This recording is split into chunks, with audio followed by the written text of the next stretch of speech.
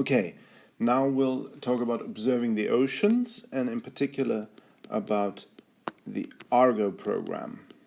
So the main thing that we typically are interested in measuring when we observe the oceans are so-called CTD profiles.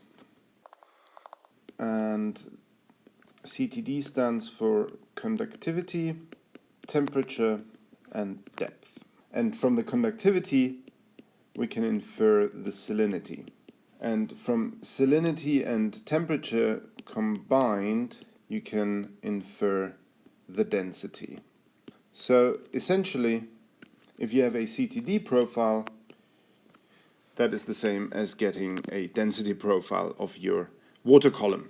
And that is good to have because it tells you about the stability of the ocean water column, about impacts on dynamics and thermohaline circulation, etc. A lot of the key characteristics of the ocean are captured by a CTD profile. So what people came up with after having measured many CTD profiles by hand from ships is that we could maybe design a autonomous machine that could just do the observing of CTD profiles by itself. And this machine was first built and deployed in the early 2000s, and it is called the Argo floats. And so here I'm drawing a schematic of an Argo float. It's a pretty simple design. It's a little float that bobs in the water. Here it has an antenna. With the antenna it can communicate with satellites. There is a CPU unit in it. And there's a couple of stability discs. And then there is a motor with a piston and a bladder at the bottom. And this bladder is expandable. And so when the bladder expands, the density of our Argo float goes down, the object becomes less dense, and it starts rising up in the water column. And then when it contracts, the Argo float sinks again. And so that's all it can do, really. It can contract and expand the bladder to rise up and down. And as it does that, it has a probe head here with which it measures conductivity, salinity, and depth. So how does the actual deployment look like for an Argo float? Well, the float gets thrown into the ocean from a ship and initially sits at the surface, and then it sinks to a depth of about 1,000 meters, and that's called its parking depth or drifting depth, and it stays there for about 10 days.